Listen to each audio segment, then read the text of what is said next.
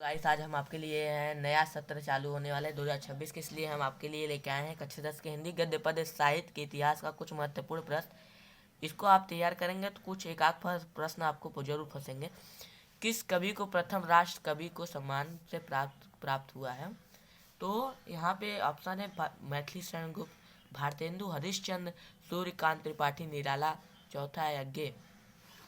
तो आप क्या बता सकते हैं? मैथिली शरण गुप्त जो है कवि, इनको प्रथम राष्ट्र कवि का सम्मान प्राप्त किया गया है। मैथिली शरण अब इसमें कुछ इंपॉर्टेंट पॉइंट मैंने लिखा है, आप लोग इसको पढ़िए जरूर।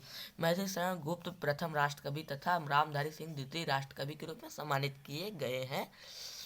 दूसरा प्रश्न है रामचंद्रिका के रचनाकार हैं, तो इसमें ऑप्शन दिए तुलसीदास, केशव दास, मैथिली शरण गुप्त, जयशंकर प्रसाद। तो हम जानते हैं रामचंद्रिका और एक और रचना है कवि प्रिया, इनकी और एक रचना है कवि प्रिया। इसके रचयिता कौन है? केशवदास जी। और ये रीतिकाल के कवि हैं। रीतिकाल को 3 धाराओं में विभक्त किया है। रीतिबद्ध में भिखारी, मतीराम, केशव। और रीतिकाल में दूसरा काल है रीति सिद्ध धारा, तो उसमें बिहारी केवल है। रीति मुक्त में घनानंद, बोधा, आलम, एक और कवि हैं ठाकुर।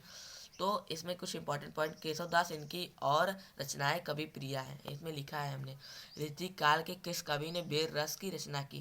तो इसमें पहला ऑप्शन है घनानंद, दूसरा ऑप्शन दिया है भूषण, तीसरा ऑप्शन बिहारी, चौथा ऑप्शन सेनापति। तो भूषण इसके रचयिता है।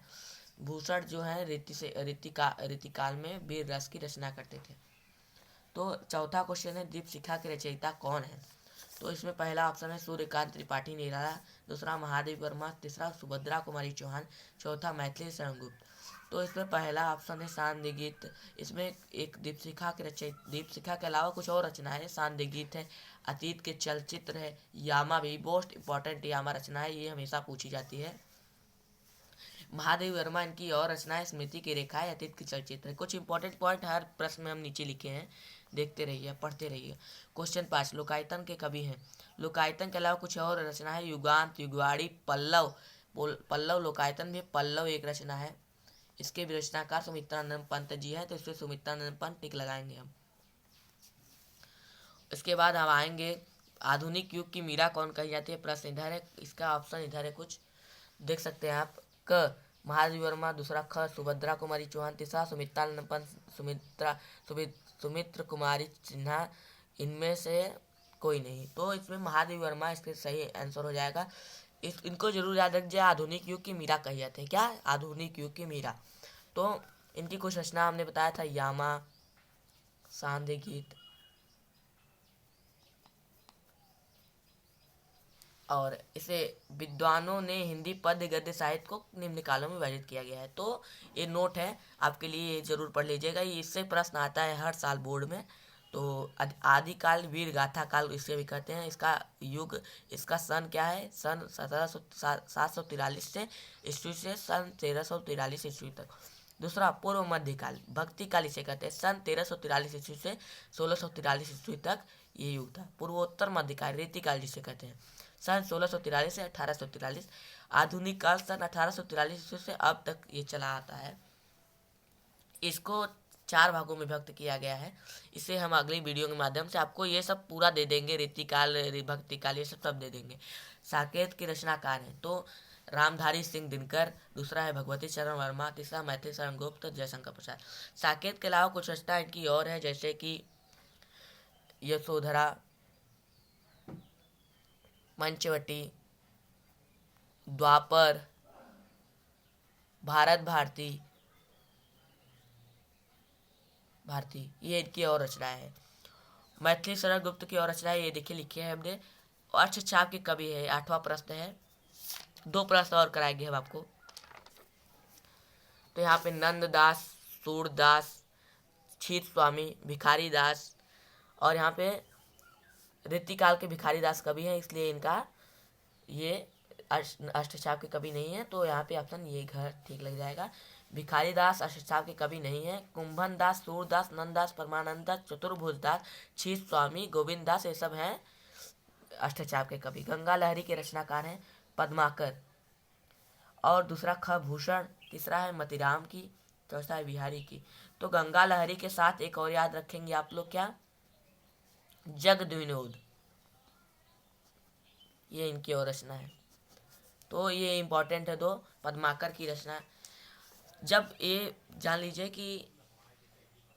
लीजिए कि पद्माकर की ये रचना कब लिखे थे। हिंदी प्रख्यात कवि पद्माकर की अंतिम रचना। इन्होंने अपना अंतिम समय निकट जानकर गंगा तट पर निवास करने की 6 से 7 वर्ष कानपुर में रहे और इसी दौरान उन्होंने रचना की। गंगा लहरी की रचना है वो लास्ट समय अपने में किए थे। भूषण किस युग के कवि हैं? तो यहाँ पे पहला ऑप्शन है आदिकाल, दूसरा रीतिकाल, तीसरा भक्तिकाल, चौथा आधुनिक काल। तो भूषण रीतिकाल के कवि हैं, आपने उधर देखा। तो चलिए आपको 2 प्रश्न करा देते हैं इस पेज का, उसके बाद तब इस सेशन को एंड करेंगे। ललित राम की रचना क्या है? ललित राम के साथ एक रचना और याद करिए, रसराज। रसराज के लेखक भी मतीराम जी हैं। मतीराम कहाँ है? मतीराम ये है। ये कौन से काल का विधारा के कवि हैं? आपको मैंने बताया था, ये रीति बद्ध का विधारा के कवि हैं। आंगन के पाठ द्वार के रचनाकार हैं। आंगन के पाठ द्वार हमने जाना है, आंगन पाठ द्वार के रचनाकार जयशंकर प्रसाद ये नहीं है, अज्ञे जी ये हैं आंगन के पाठ द्वार के रचना। रामधारी सिंह दिनकर नहीं है, नरेश शर्मा नहीं है। रामधारी सिंह दिनकर की रचना कुछ है जैसे कि उर्वशी। नरेश शर्मा की इनका इंपॉर्टेंट नहीं है रचना। जयशंकर प्रसाद की है कामायनी, ये इंपॉर्टेंट है।